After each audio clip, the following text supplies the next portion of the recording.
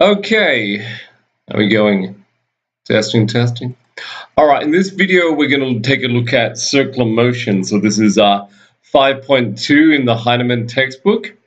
And we're going to start off by looking at a video, and I'm going to pose a question. So if you haven't seen this before, this is a brief video of an amusement ride called the cyclotron. Sorry, no, we've done that before. It's called the gravitron, this one.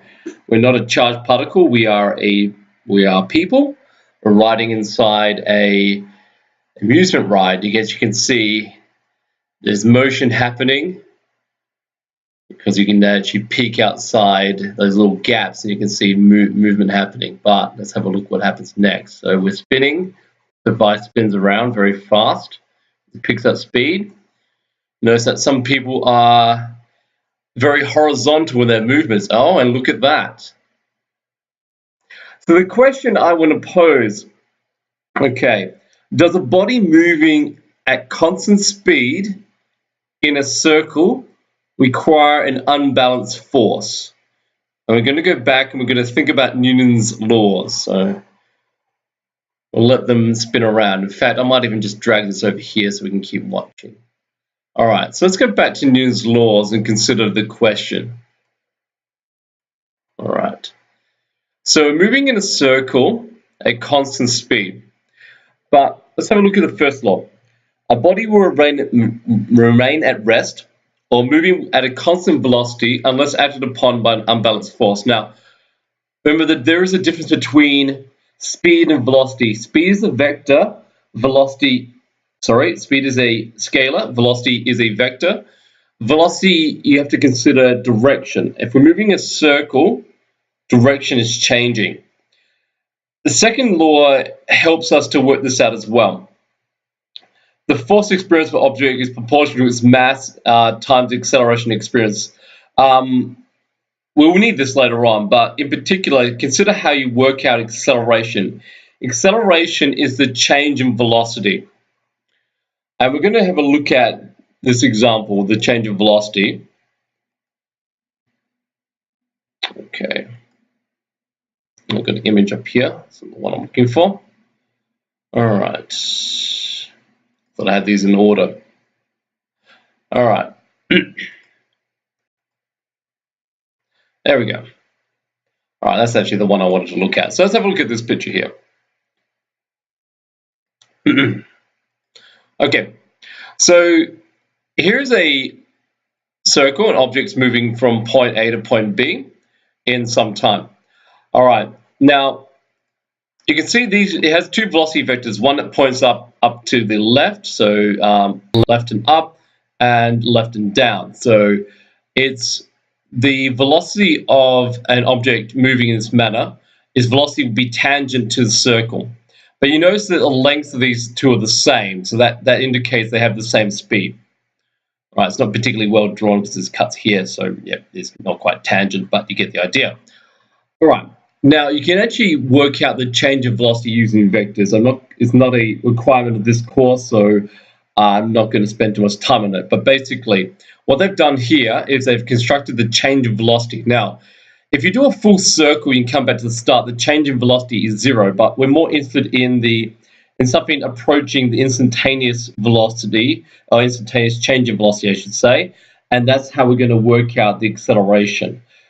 So if you know if you work out the change in velocity and you know how much time has elapsed between here and here, you can actually go and calculate the acceleration. So, but in any case, we've got a change in velocity. You can work out acceleration by dividing that by time. Another important feature is notice the direction of the acceleration. It points in towards the center of the circle, which is a feature here.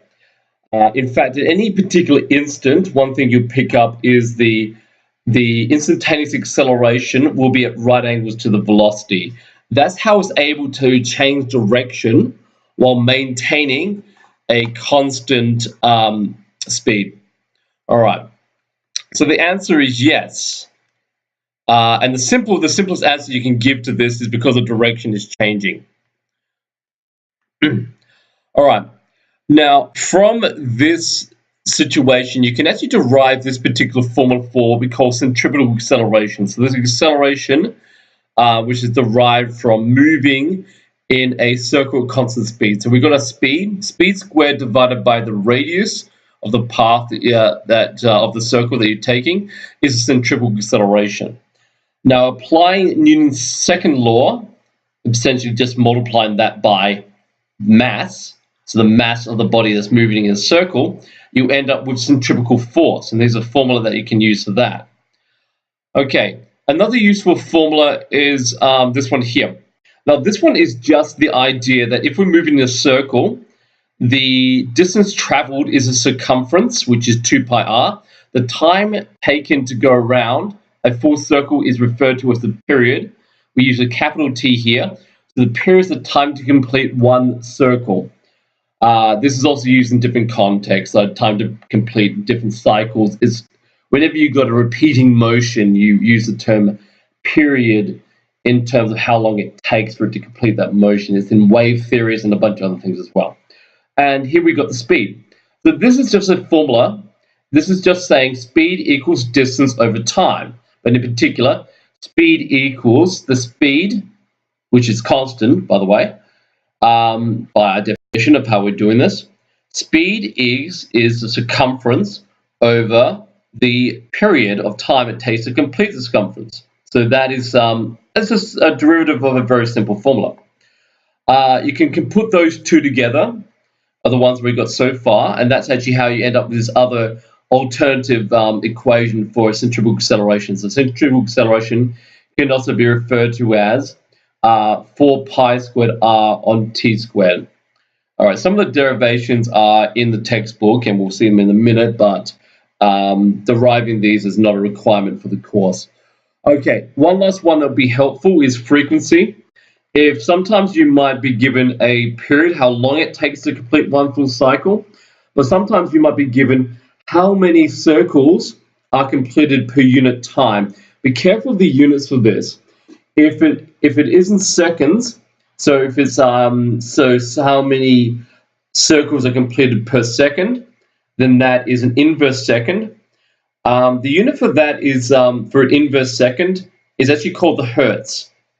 So if you have 100 hertz, that means 100 are completed every second.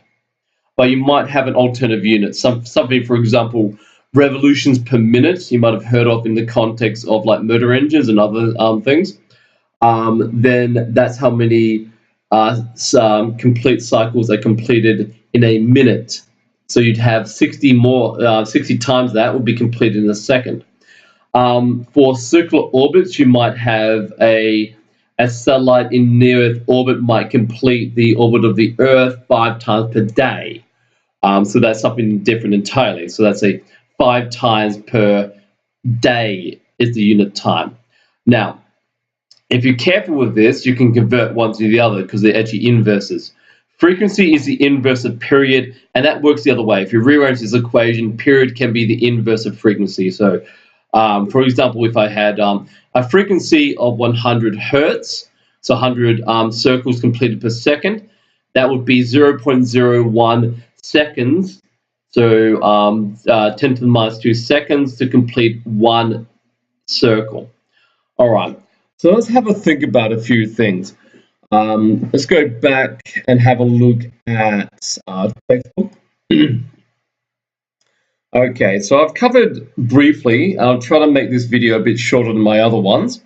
Many of the key points and equations, and we're going to move to some examples. But just make sure you do take the time to read through these questions. And there's a number of good pictures of examples. So yeah, just remember that the velocity at any point in time on the circle is tangent. So we can see that here. So it's tangent at any point as it's moving around the circle. So its velocity keeps changing, but its speed doesn't in this example. Period, we've done our definitions of those. Let's move on. Okay. So speed, yes, and we've talked about the speed formula, circumference over period. In fact, actually, wind turbines, an interesting example. They've obviously got very long blades. If you go and have a look at some of these, I've stood underneath one of them. They're very, very large. And the idea that if you move in a circle, the edge is always going faster than the points near the middle. So, for example, they mentioned here the tip of each blade is moving about 400 kilometers per hour. I tried actually to get that calculation.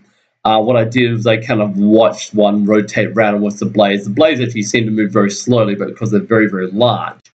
So I kind of I counted, I didn't have a watch with me at the time, so I counted by saying 1 Mississippi, 2 Mississippi as an estimate for seconds.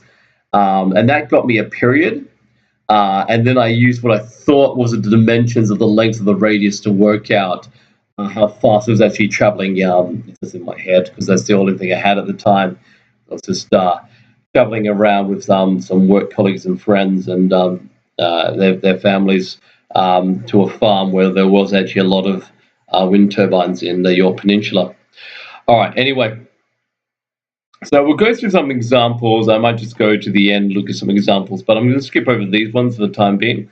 And we'll just have a think about some examples of forces. So we've got our forces here. Forces that can cause centrifugal motion.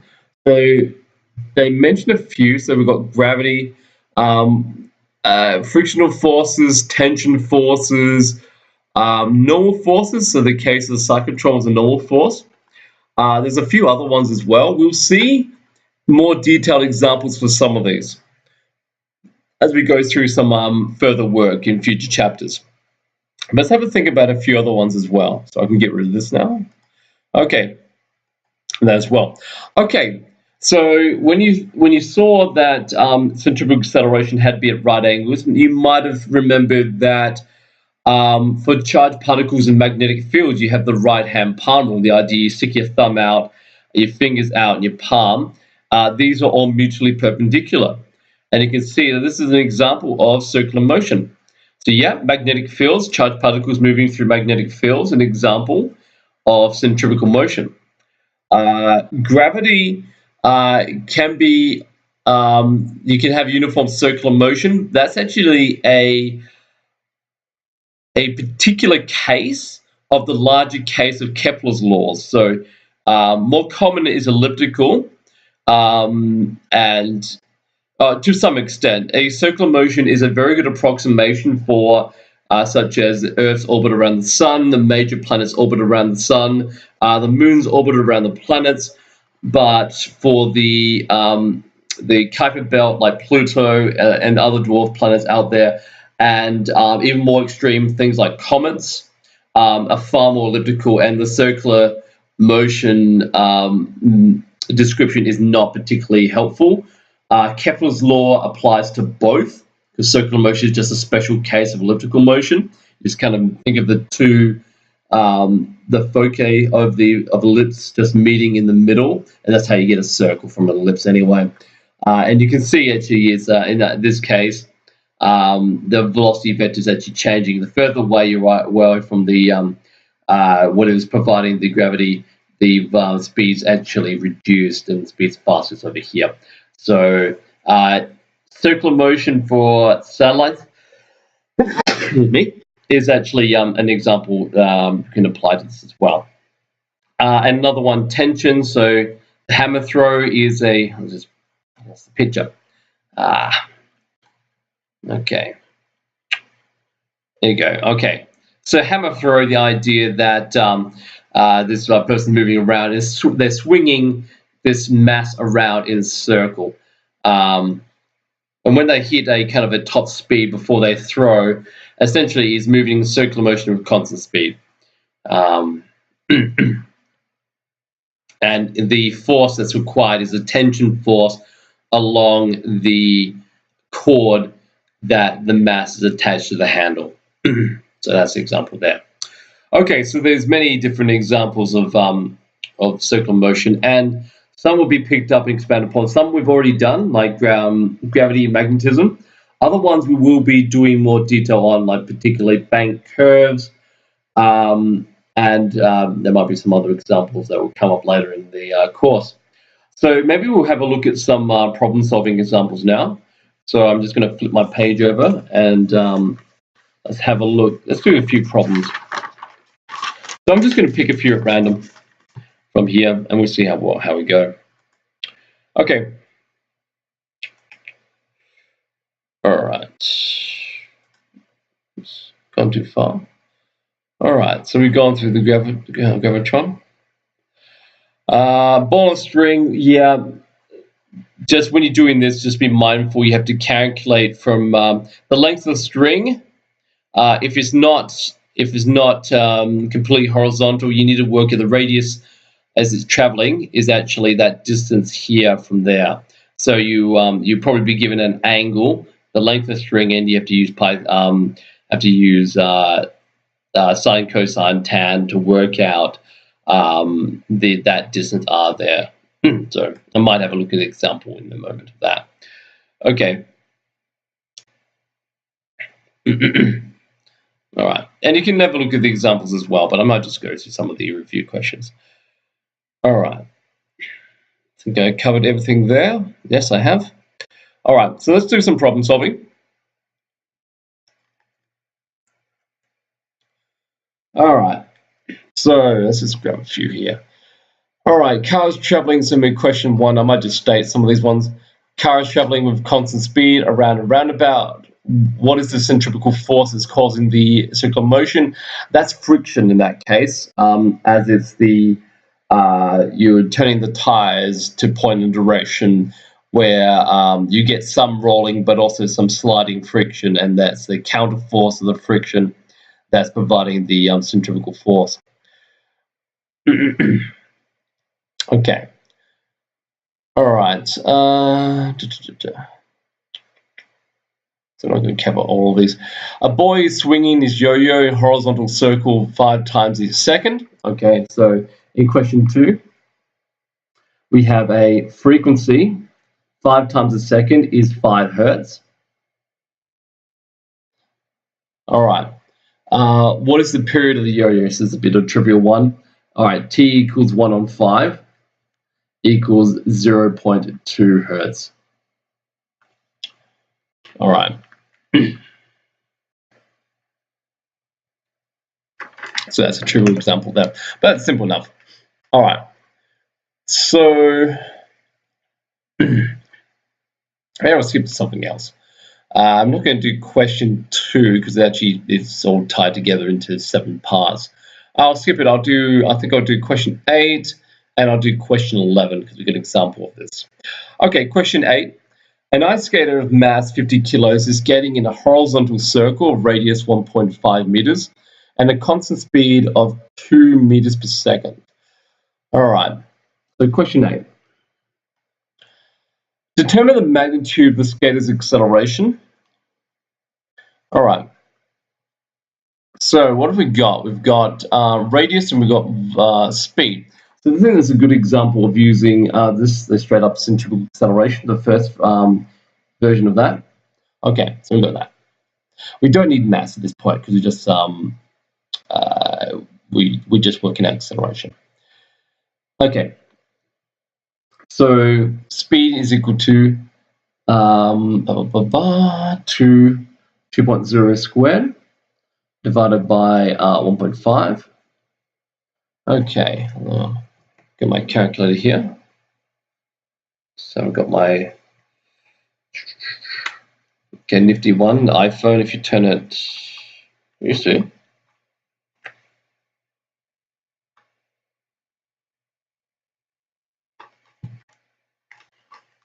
Just be able to do scientific mode. Oh boy.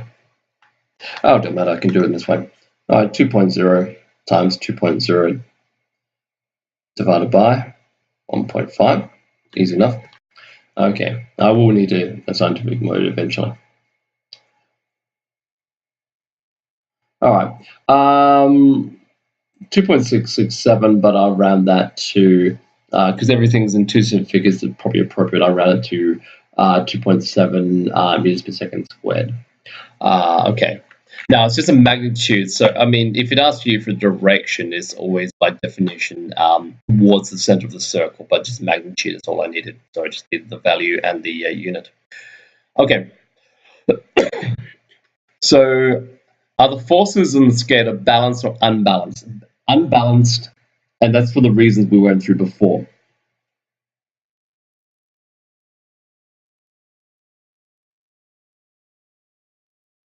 Unbalanced, and if you want to essentially, I'll summarize in dot points, because direction of velocity is changing.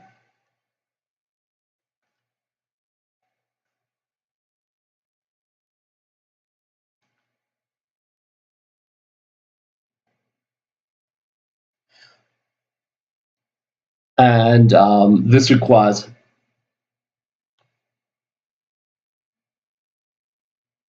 unbalanced force.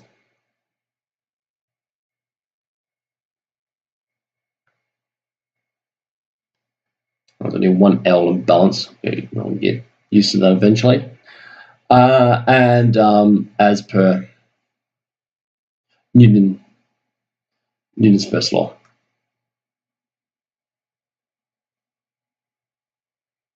I mean, that's just the third point is where I get the second point from anyway. But just to complete the reasoning. All right. So calculate the magnitude of centrifugal force acting on the scalar. Now I could go back to the formulas, but basically because I've already got acceleration, I'm going to take my value here and just times by 50. I have a habit of just using the unrounded values in the calculator and just continue from there and then round this again. Okay, so the idea, so we've got, basically all I did there was just go back to Newton's second law. I didn't use any of the new formulas because they're all derived from things like Newton's second law. That's how we get the centrifugal force from centrifugal acceleration, just by times it by mass. So already got the acceleration, so no purpose to reinvent the wheel. All right, so yeah, you can substitute the values. It's worthwhile, but just for the sake of this exercise, I'm just going to write this out. 50 newtons. So again, this is the calculation of the magnitude. Don't need to state direction, and I think it's just appropriate. Just probably you can round to either through some figures or round to approximate it to some figures. All right, so that's question 8. That's very simple.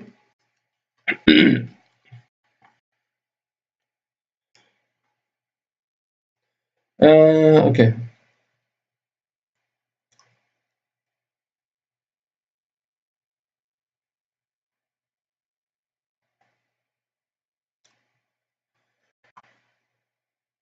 So I'll do question 11. A child of mass 30 kilograms is playing on a maypole swing. Rope is that. Okay. I might just state a few ones. I don't. This is very with one particular exception. Oh no,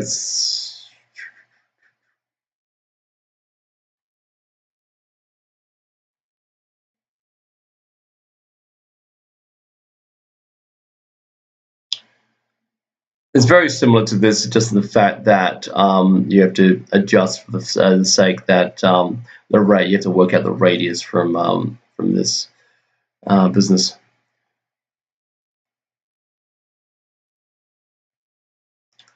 Okay.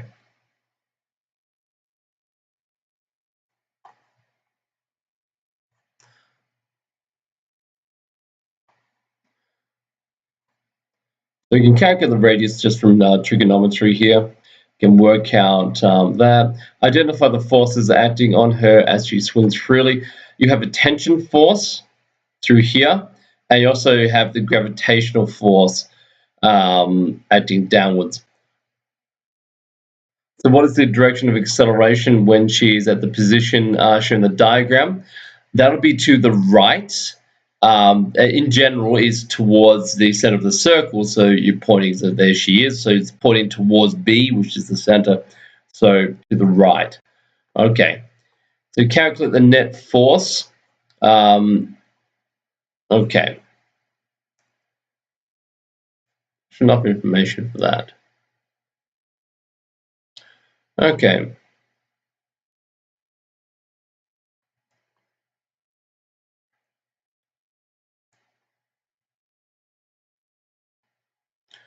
All right, and we have to work out that. So let's just go back to an example here. So I think the interesting parts, or I have to do the calculation for the radius. I'll just do that part at least. I've stated the other two parts. Okay, so let's just do the calculation for that, which is trivial.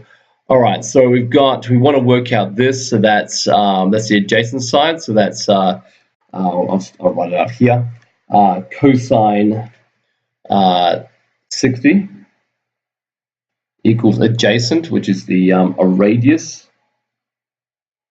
over hypotenuse, which is 2.4. So I actually want to solve for r, so I'll write r equals 2.4 cosine 60. All right.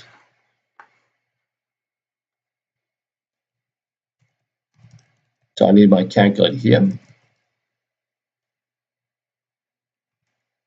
Okay. Make sure you change to degrees.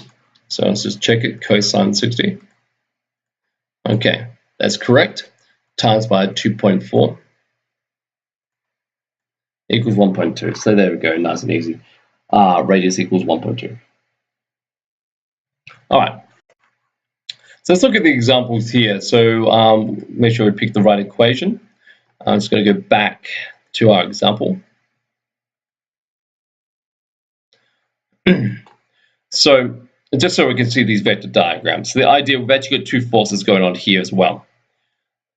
So we need to essentially, we've got a similar angle happening with, because the tension force is along the chord, there's a similar situation. Gravity is essentially at right angles to the centrifugal acceleration, because gravity is down and centrifugal acceleration is horizontal, because that's the title of this chapter, subchapter.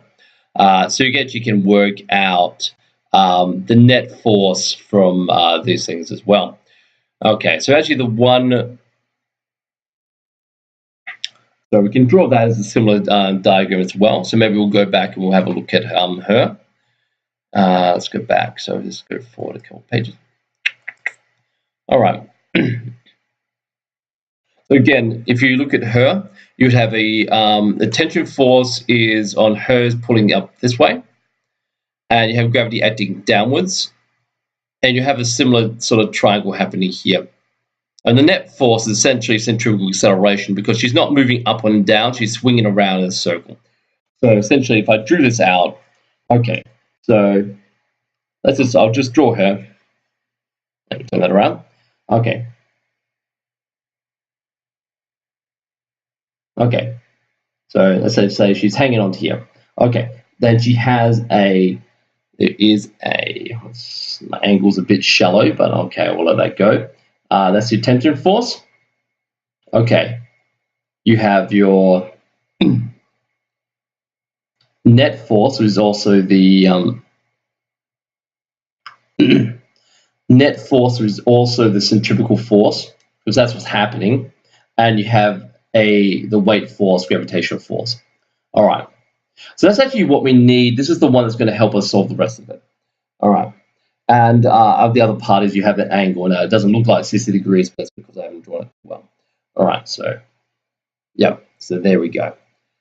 So using this, we can actually work out the other parts that we need. So let's have a look at the rest of the question.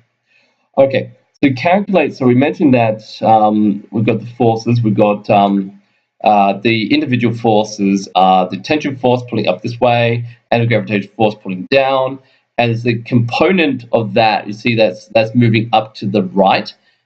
It's the right component that's the remaining net force, because if she is not moving vertically but only horizontally, she's not going up and down.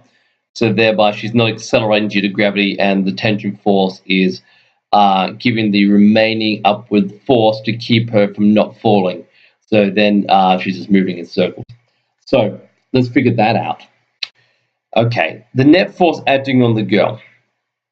Now using this diagram, so I might even just kind of Look a bit closer at that. I should have drawn a bit bigger. There you go. All right, so it's a bit closer there. So 60 degrees. There's your weight force acting down. There's the tension force acting up to the right, and that's the net force here. So the sum of those two forces equals net force, the idea. In a vector sense, what we just worked out here, net force equals force of tension vector summed with the force of weight. Okay, that's what we did. We worked out. All right, but okay, we can use this triangle to work this out. All right, so we actually, the one that we know is the weight force because we know her mass. All right, okay, Fg equals, she's 30 kilos times 9.8. All right, so 30 times 9.8 equals 294 newtons. Okay. So we've got that. So we want to work out the net force. Now we can do that using this triangle. So we've got the opposite. We want the adjacent. So that's tan. So tan 60 equals opposite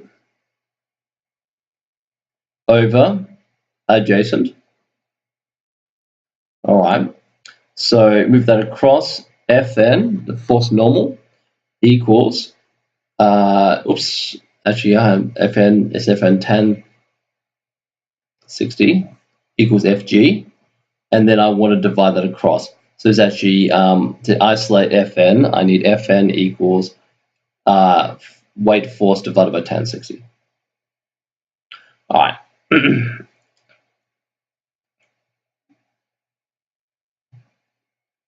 So that's actually divided by tan 60. So that's what it will be. Okay, let's go to the calculator and figure that out.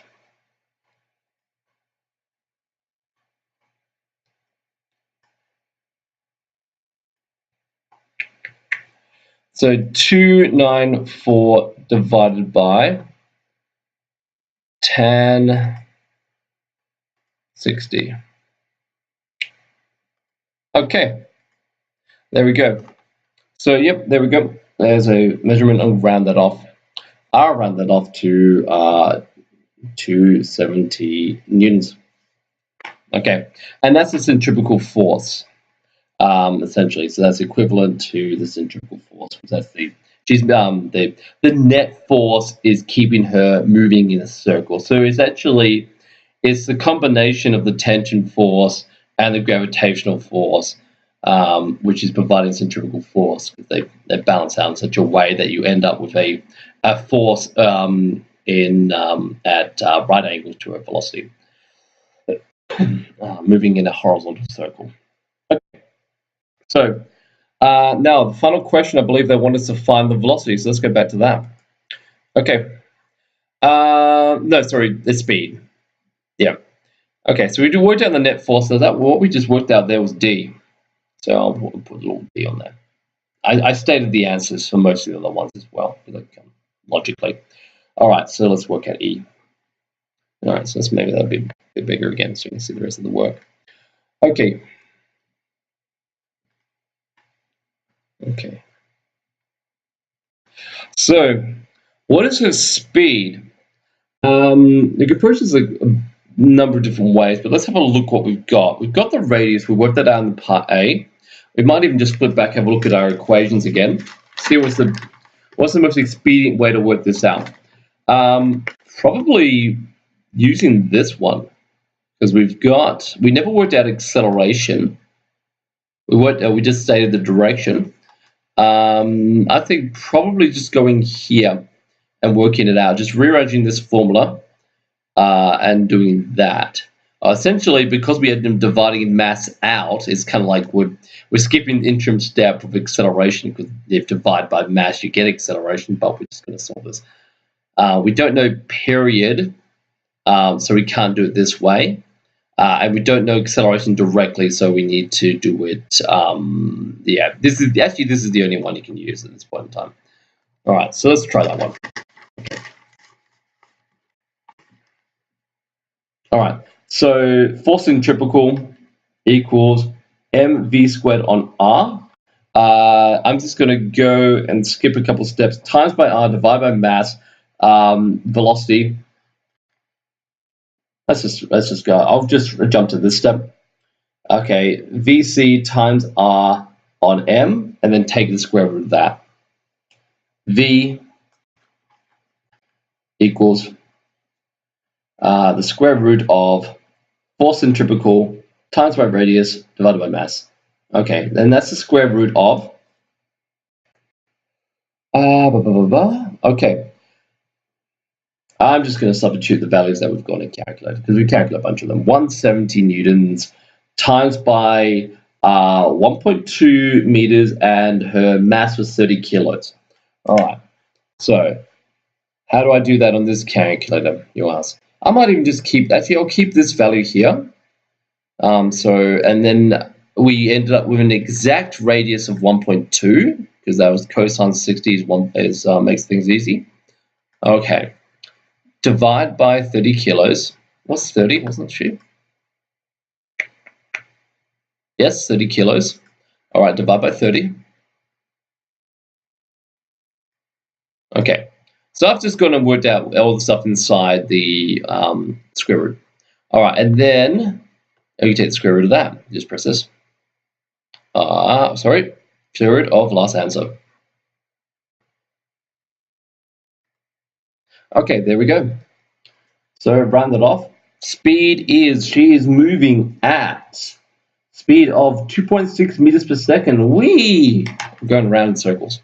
Okay, so that's how you do that one. Don't want to give it all away. Is there any other interesting ones? Let's have a look. Okay, that one, okay, yeah, that one's the only one problem solving where you're given a frequency by the looks of it. So you need to convert that to a period, and then you'll be using some of the other formulas to work out the rest of the things here. Okay, any other problem solving questions? No. Okay, the next topic is going to be banked a particular application. I'll make that a subject of a different video though. So I'm going to wrap this one up here. So please continue with chapter 5.2.